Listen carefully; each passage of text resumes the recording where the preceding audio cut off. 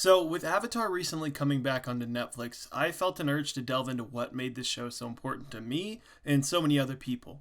There are definitely things you can point to and say, this is why it was spectacular. It's easy to see the insanely creative team they had on this, which included martial artists that drew inspiration from real-life fighting techniques. Tai Chi is less about strength and more about alignment, body structure, breath, and visualization.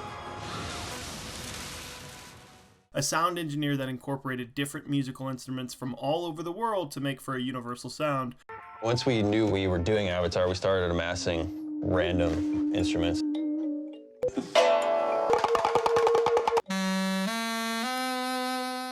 The Miyazaki-inspired animation that can present nature in the most beautiful way. I just wanted it to be cinematic and have space, and depth, and atmosphere. And you would see that in a lot of anime, you know, the stuff that we really connected with. Just this incredible observation of the real world. Or the two masterminds leading this project in Michael DiMartino and Brian Konietzko that spent so much time and effort to bring the show to life. You know, there were times when no one in the world cared about Avatar except us. And we were just carrying this whole thing, trying to drag it into reality and trying to show the people what it could be. This show was very clearly a labor of love from so many people that made it one of the best shows ever made. But you've probably heard all of this before, haven't you?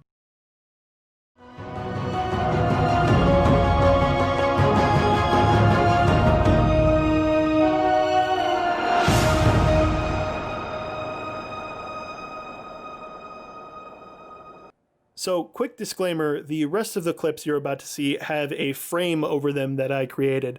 And the only reason I did this is because they were trying to block this video entirely, the company that owns Avatar: The Last Airbender. It's not ideal, it's not how I'd want to watch this footage in a video analysis, but it's the only way I could have this up, so I hope you guys still enjoy this, and I tried my best to make it not look the worst. But thank you guys again for checking this out. Back to the video. It's easy to say a show is a masterpiece, but I feel as though there are few that teach you and expand your mind on what the world is. Breaking Bad, most of Game of Thrones, and Gravity Falls are some of my favorite shows ever, but none of them have informed me about life the way Avatar: The Last Airbender did. To give a little bit of context on Avatar, this show debuted in February of 2005 and didn't end until July of 2008. Why is this important? Well, aside from the weird puberty stuff that caused me to grow an entire foot over a summer during this time, these were some of the years I was probably the most malleable to ideas. Not only did Avatar subject me to an anime-esque show, which would introduce me to some of my favorites later in life, which I'm sure helped increase the mainstream popularity of anime in general, but more importantly, there are so many lessons this show taught me that I feel fundamentally changed my life. The first of which is that life is full of challenges. There are so many prime examples of characters who face internal and external struggles in the show. I mean, sure, you're never going to lose your flying bison or have your girlfriend turn into the moon. That's rough, buddy. But the feelings are extremely relatable. Sokka constantly feels like he has to prove himself to the world, whether it's the Northern Water Tribe or his lessons from Master Piando. Toph turns her disability into a gift by becoming one of the best earthbenders there ever was. Katara is given amazing development, specifically overcoming a sexist teacher, accepting one of her biggest enemies after turning on her once, and knowing that revenge will not solve anything in the face of the man who killed her mother. There are so many great examples, but I feel no one encapsulates this better than Uncle Iroh.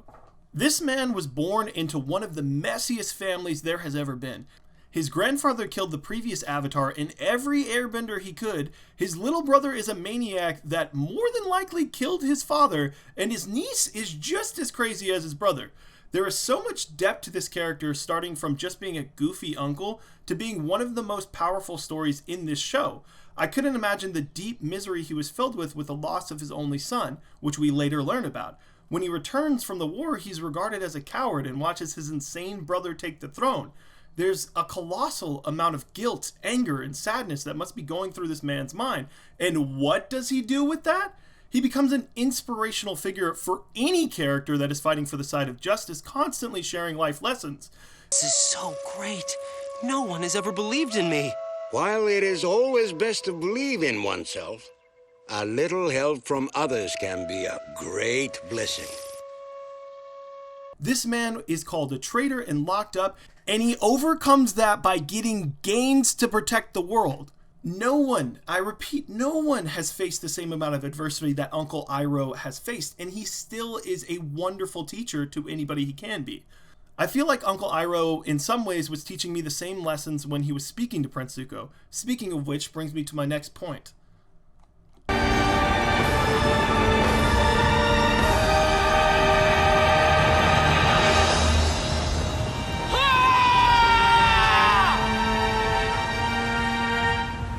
The second lesson is that you control your own fate, which of course is the Prince Zuko section.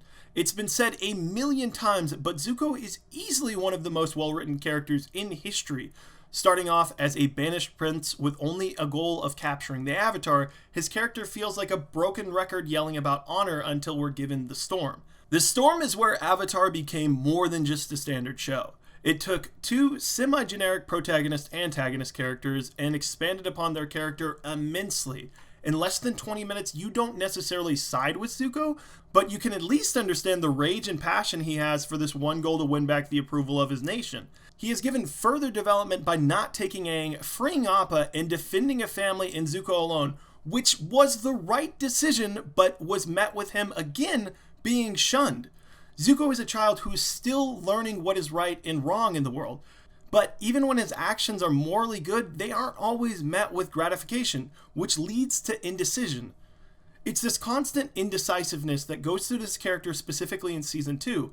Clearly, Iroh is doing his best to bring out the good in him, and you feel like rooting for him to finally turn to the side of good, which makes his shocking turn back to that predetermined destiny hurt that much more. You see him get everything he has ever dreamed of, but it doesn't feel right. He doesn't need approval from his father, and he feels so shameful for abandoning his uncle. All of this makes Zuko's comeback in Season 3 feel so much more rewarding. He throws down his weapons in front of his own father to go against that destiny he had planned for him to have. It is in this exact moment where it feels like he has fully shifted to doing what the world needs and what he feels is right. Even after this full turn, he doesn't know if the gang will accept him for his past actions, and they don't, which is understandable, but Zuko is able to keep trying to prove that he wants to help save the world. This also leads to the best moment in the series, with Zuko finally reuniting with his uncle.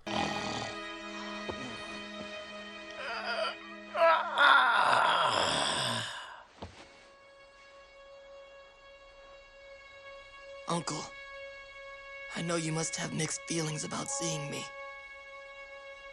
But I want you to know, I am so sorry, Uncle.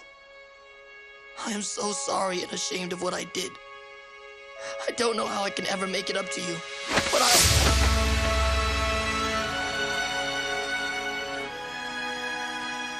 How can you forgive me so easily?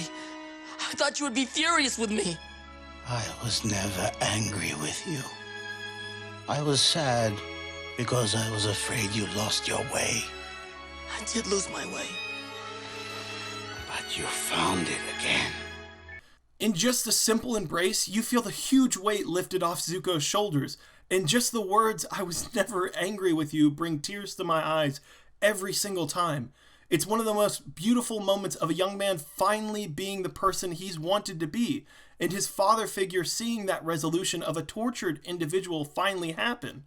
I just feel like nothing in the entertainment medium has ever shown that you control your own fate and you are not defined by your mistakes. The last point, which I think is the most important, is that failure is okay. Look, Sokka, you're going to fail a lot before things work out. That's supposed to make me feel better? Even though you'll probably fail over and over and over again. Seriously, not helping. You have to try every time. You can't quit because you're afraid you might fail. This is one of the things Avatar nails really well, and I'm sure a ton of people have picked up on it.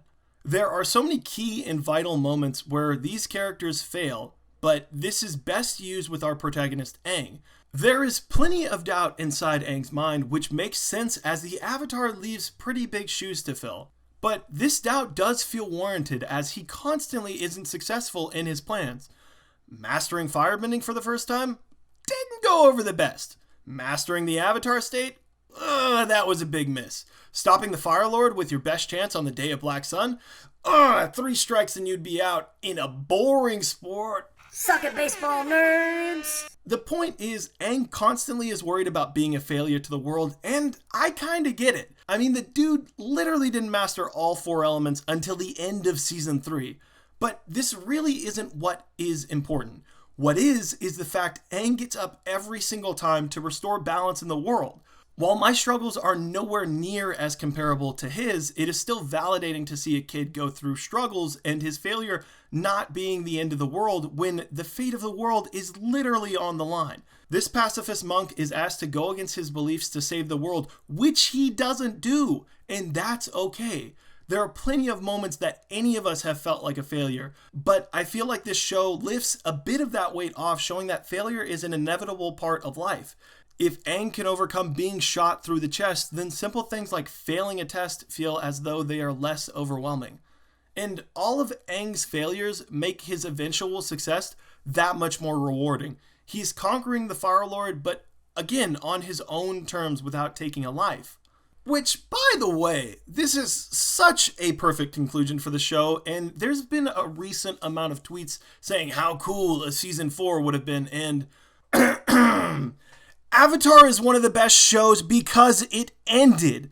I know everyone wants to see the story expanded, but there is no way it would have the same magic that these 3 seasons have. Sure, there could be an Avatar movie, but other than the resolution of Zuko's mom, everything has been explored in this show already. To wrap things up, it's easy to see why this is one of the most beloved shows ever.